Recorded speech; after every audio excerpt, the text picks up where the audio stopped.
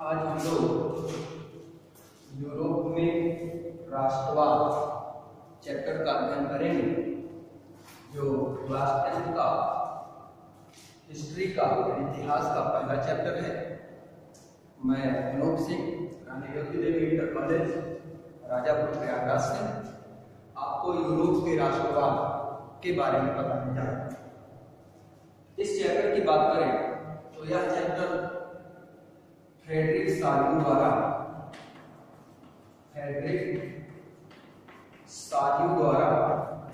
1848 में निर्मित 4 चित्रों की श्रृंखला से शुरू होता है, जिसमें फ्रेडरिक साल्यू ने एक ऐसे राजनीतिक और सामाजिक गणतंत्र की कल्पना की, या ऐसी कल्पना करके एक राष्ट्र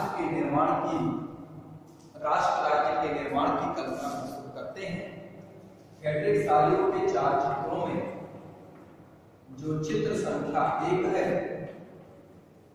उसमें यह दिखाया गया है कि बीच में एक नारी की प्रतिमा है, और इसमें आपको ये समझना है कि जितनी भी 19वीं सदी में जो क्रांतियां हुई थी, उन क्रांतियों में राष्ट्र के रूप में या स्वतंत्रता के रूप में, राष्ट्र या स्वतंत्रता के रूप में नारी की प्रतिमा को महत्व दिया गया है। तो यहाँ पर नारी की प्रतिमा को दर्शाया गया है, और इस नारी की प्रतिमा के एक हाथ में एक मसाल है, और इस मसाल को ज्ञानोदय की प्रतीक मानी जाती है, जबकि इसके दूसरे हाथ में एक घोषणा पत्र है, और इस घोषणा पत्र को कहा जाता है कि इसमें मानवाधिकार का घोषणा पत्र है, यानी मानव अधिकारों की घोषणा पत्र है। इस मसाल को कहा जाता है, यह मसाल ज्ञानोदय की मसाल है, यानी ज्ञान के उदय की मसाल है। यानी इसके साथ इस प्रतिमा के चारों ओर से या उसके सामने से एक पंक्ति पर कुछ जुलूस की तरह निकल रहे हैं, जिनकी बात करें तो यह अलग अलग राष्ट्र के लोग हैं, जो अलग अलग अपनी पोशाक से पहचान प्रस्तुत कर रहे हैं, और सभी राष्ट्र अपने झंडे को लेकर इस प्रतिमा के सामने से निकल रहे हैं। ये पोशाक और राष्ट्र का जो झंडा है, यह राष्ट्रवाद या राष्ट्र राज्य का प्रतीक है। इस जुलूस का नेतृत्व संयुक्त राज्य अमेरिका व स्विट्जरलैंड कर रहे हैं। इनके पीछे क्रमशः फ्रांस, फिर इसके पीछे जर्मनी, इसके पीछे ऑस्ट्रिया, और ऑस्ट्रिया के पीछे सिसिलियों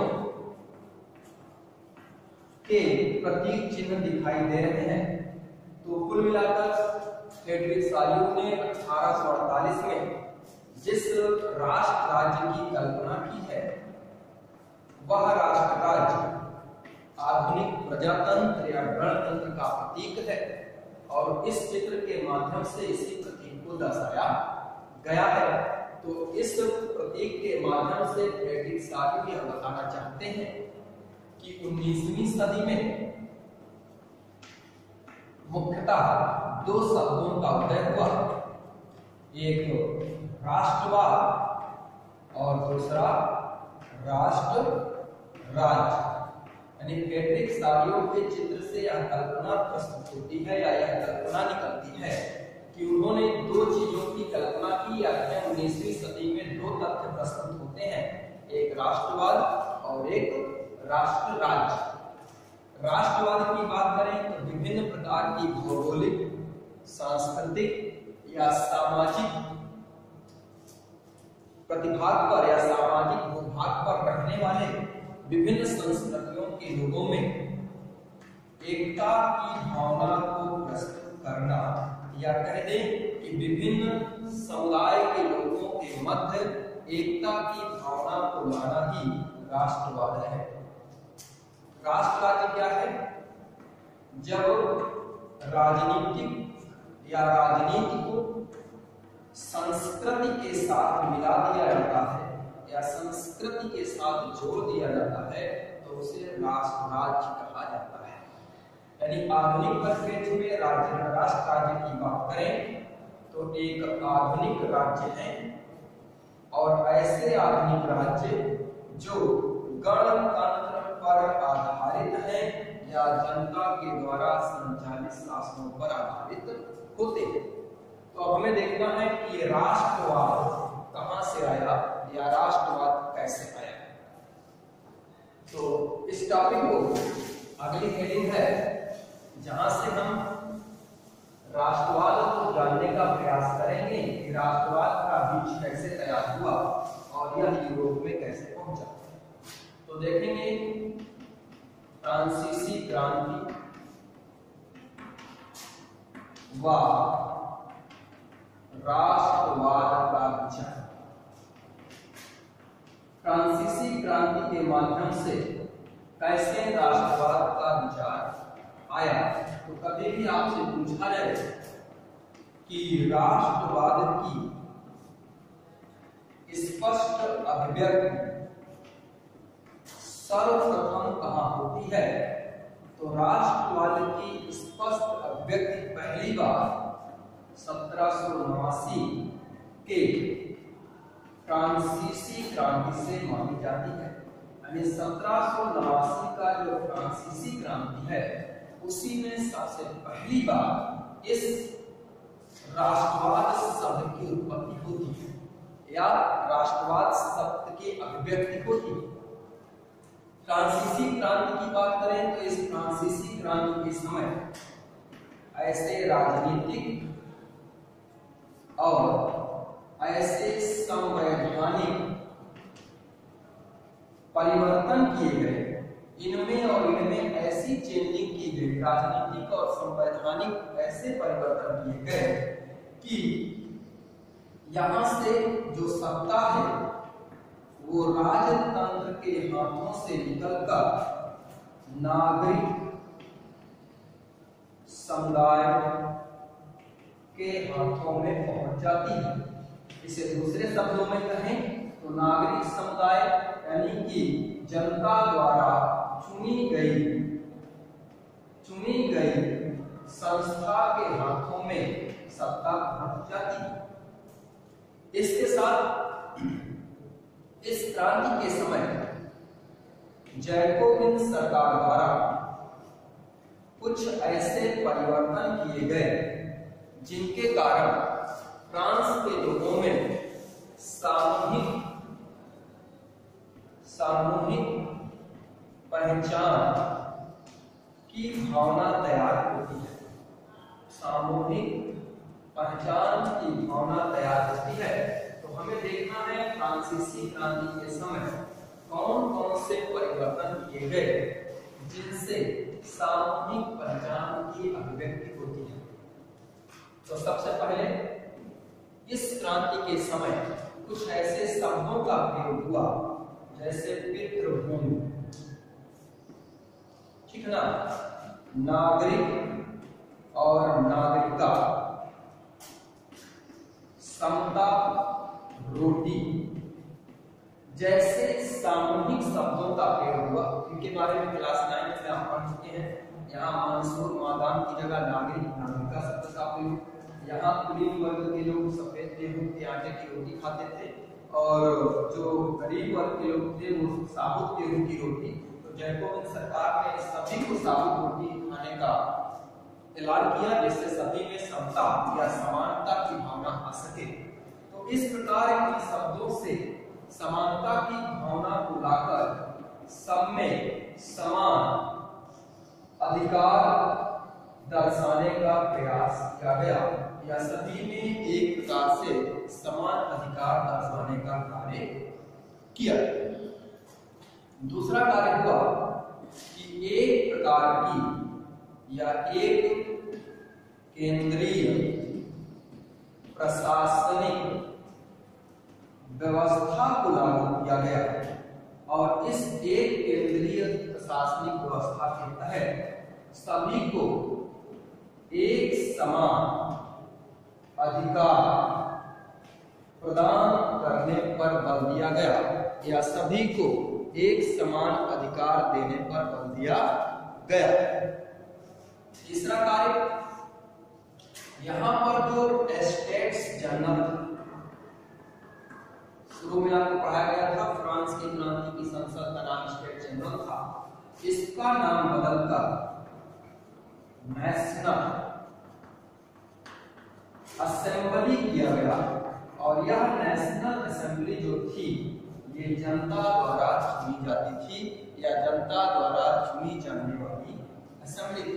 चौथा, फ्रांस में जो क्षेत्रीय भाषाएं थी यानी जो क्षेत्रीय भाषाएं होती थी, इन सभी भाषाओं को हतोत्साहित किया गया और इसके स्थान पर फ्रेंच भाषा को प्रोत्साहन दिया गया या इस फ्रेंच भाषा को एक राष्ट्रीय भाषा का रूप प्रदान किया गया। पांचवा, फ्रांस का एक तिरंगा झंडा तैयार किया गया और इस तिरंगे झंडे को राष्ट्रीय ध्वज की मान्यता प्रदान की गई। तो इस प्रकार अगर कहें तो जो ये क्रांति के समय परिवर्तन थे या सभी परिवर्तन फ्रांस के लोगों में सामूहिक पहचान की भावना को पैदा किया और जब यह परिवर्तन यूरोप के लोगों तक पहुंचे या इनकी जानकारी यूरोप के लोगों तक पहुंची तो यूरोप के जो लोग थे उनमें से यूरोप के कुछ छात्र, कुछ मध्यम वर्गीय समुदाय है, तो छात्र और मध्यम वर्गीय समुदाय के जो लोग हैं इन लोगों ने जैकोबिन क्लब की सदस्यता ग्रहण करना शुरू कर दिया या कहें कि जैकोबिन क्लबों की स्थापना शुरू कर। आपने 9th में पढ़ा होगा कि फ्रांस की क्रांति का परिणाम यह हुआ था कि ऑस्ट्रिया और प्रसा जैसे निरंकुश राज्य जो रूढ़िवादी राज्य थे उन्होंने यहाँ के राजतंत्र के समर्थकों को शरण देना शुरू किया। फिर क्रांतिकारियों ने उनके विरुद्ध युद्ध की घोषणा की और युद्ध की घोषणा के बाद युद्ध हुआ और उसमें फ्रांस पराजित हो गया था। तो इस घटना से आपको यह समझना है कि इन क्रांतियों के फलस्वरूप या इन परिवर्तनों के फलस्वरूप यह सामूहिक विचार की भावना यूरोप तक पहुंच गई या यूरोप में प्रवेश कर गई। अब आगे देखेंगे नेपोलियन बोनापार्ट।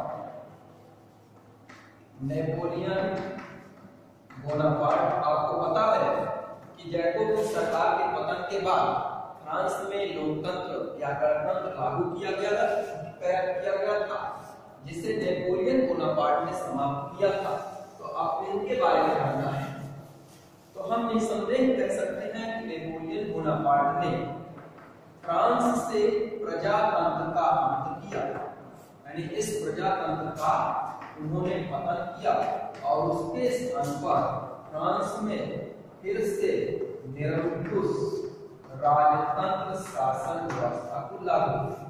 नेपोलियन ने क्या किया?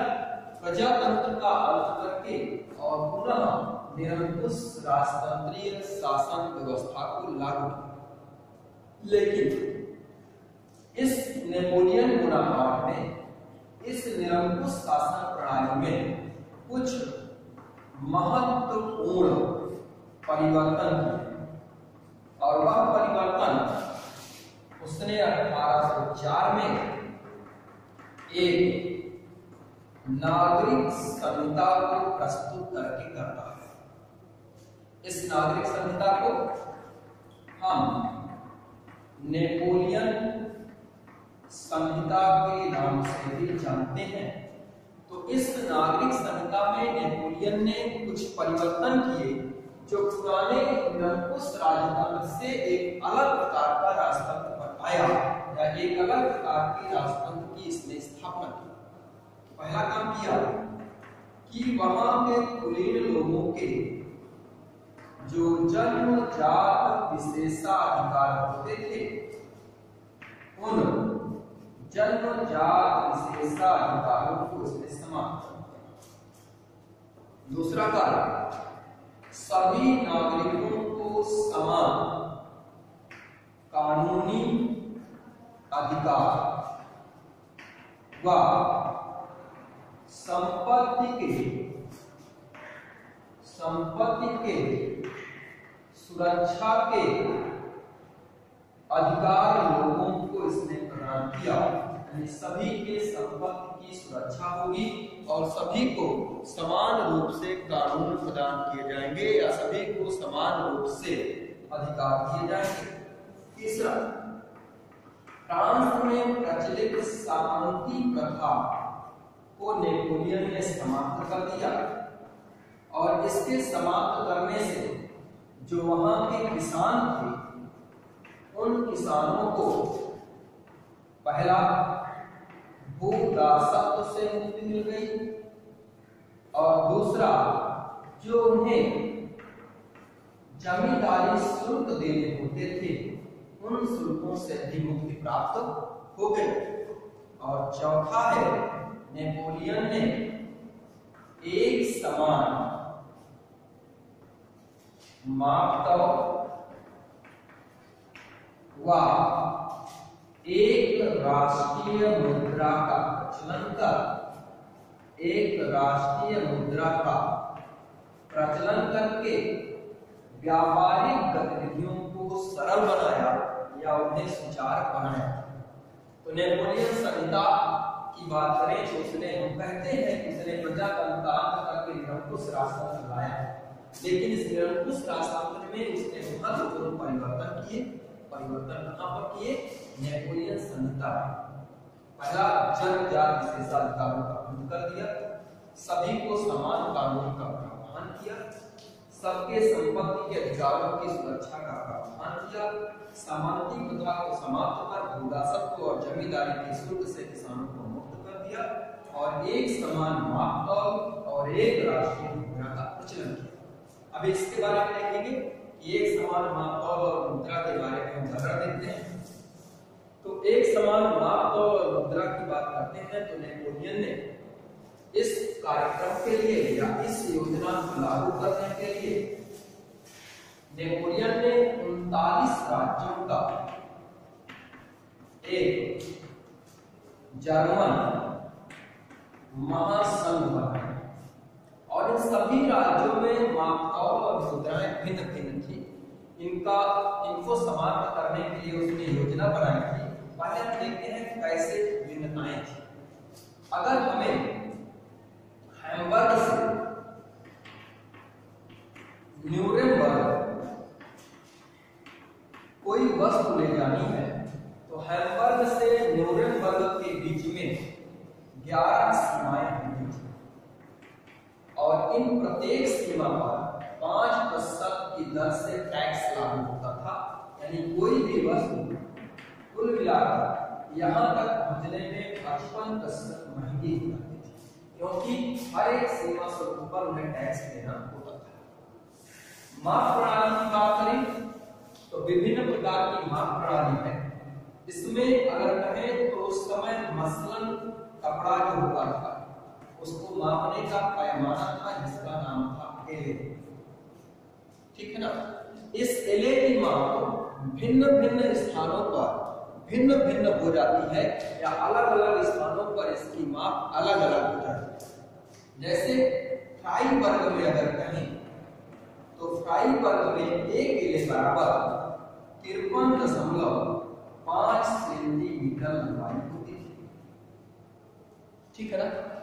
फ्राइबर्ग से हम फ्रैंकफर्ट जाते हैं तो फ्रैंकफर्ट में इसी एले की माप 54.7 सेंटीमीटर हो जाती है।